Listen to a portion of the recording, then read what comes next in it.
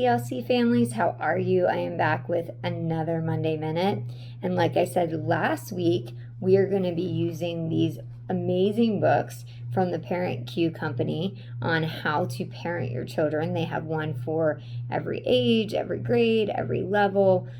We kind of talked about all that last week. So if you did not watch last week's Monday Minute, I would go back and watch that first, because it's going to kind of really lay the groundwork for what this book is, where I'm getting these parenting tips from. And I tell the whole story about how I stumbled across them and how I've used them. So I'm not going to rehash all that. You can go back to last week's. We're just going to dive right into this week. And I have it marked here. But as I said last week, most in the books, there is very little that repeats, that's like super repetitive, because these books are written for that specific phase and stage of your child's life. However, the one that we're going to cover today, we're going to do 3 of them today, 3 of them next week. This one in particular is in all the books because it's that important. And so, like I said, we're going to break down 3 today, 3 next week, so it's not too much all at once. But these are 6 things that every kid at every phase needs. Okay, so no matter what age your child is, whether they're a 2-year-old, a kindergartner, a 5th grader, or a 9th grader, these are things that all kids and teenagers need.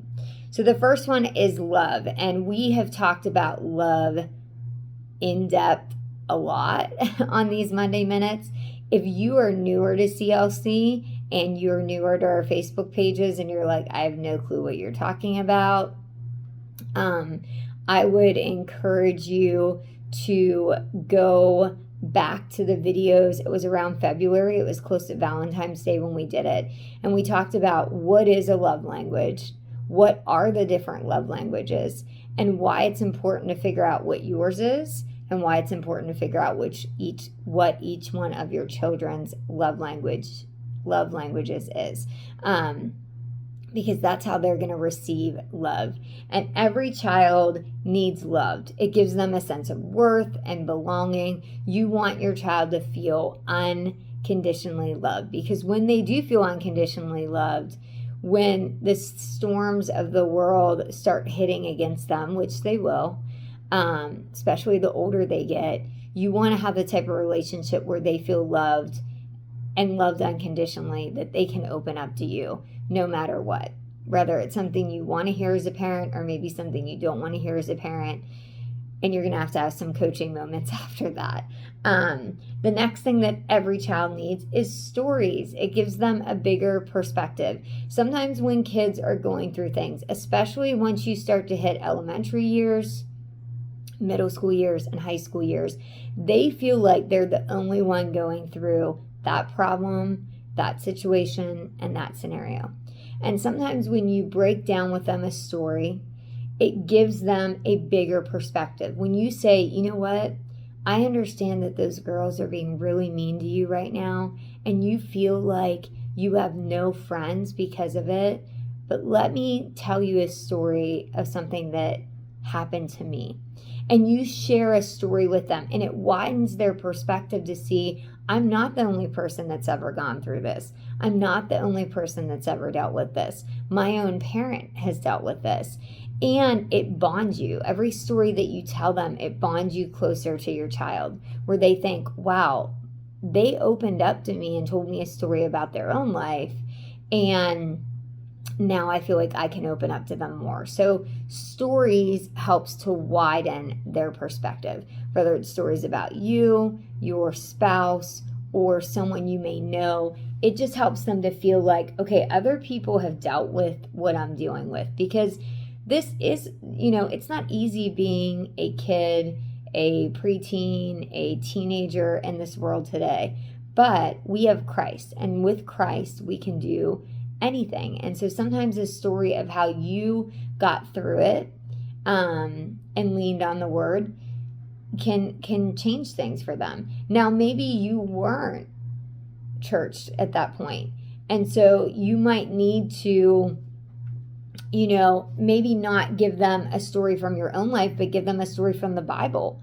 of someone that dealt with maybe people making fun of them or persecution or things like that. But stories do help widen their perspective. And then the third thing that every child needs is work, because it gives them significance in your family.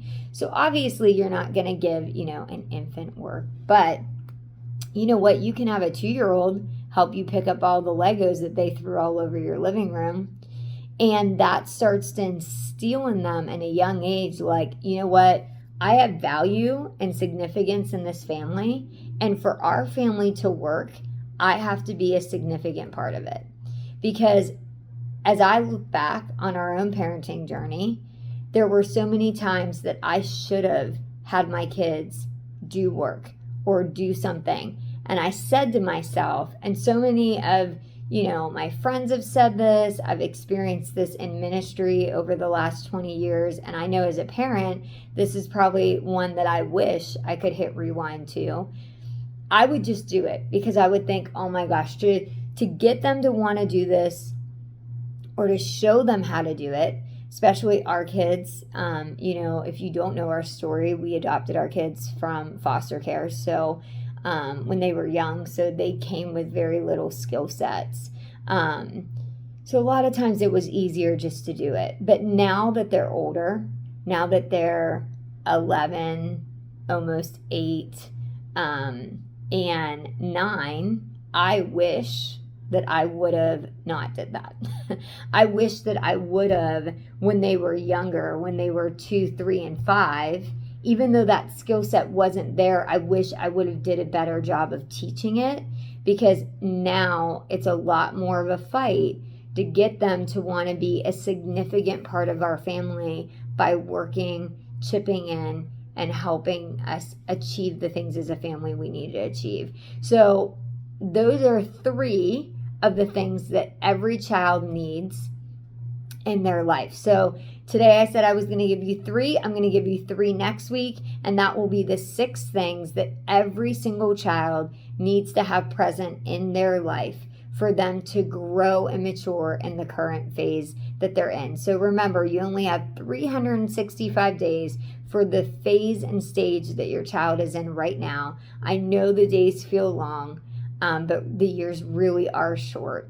And so, as always, if you need anything, reach out. We consider it an honor and a joy to be able to minister to your family, and we hope to see you on Sunday.